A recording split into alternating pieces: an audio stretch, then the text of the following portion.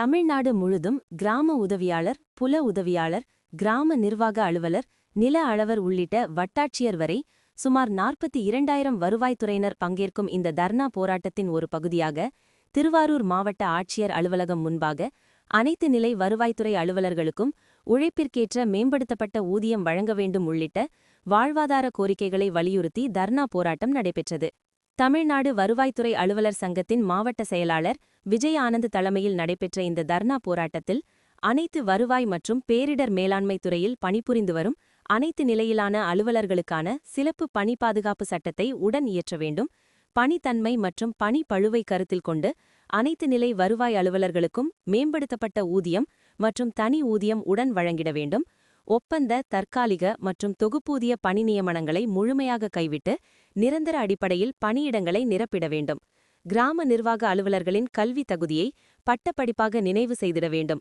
உள்ளிட்ட 9 அம்ச கோரிக்கைகளை வலியுறுத்தி கோஷங்கள் எழுப்பி ஆர்ப்பாட்டம் நடைபெற்றது. இந்த நிகழ்வில் நில அளவை அலுவலர்கள் ஒன்றிப்பு மாவட்ட செயலாளர் கார்த்திகேயன், கிராம ஊழியர் சங்கத்தின் மாவட்ட அமைப்பாளர் தட்சிணாமூர்த்தி, தமிழ்நாடு வருவாய்த்துறை அலுவலர் சங்கம் மகேஷ், அரசு ஊழியர் சங்கத்தின் மாவட்ட செயலாளர் செங்குட்டுவன் உள்ளிட்ட நிர்வாகிகள் மற்றும் அனைத்து வருவாய் சங்கங்கள் சார்ந்த அரசு ஊழியர்கள் ஏராளமானவர்கள் கலந்து கொண்டனர்.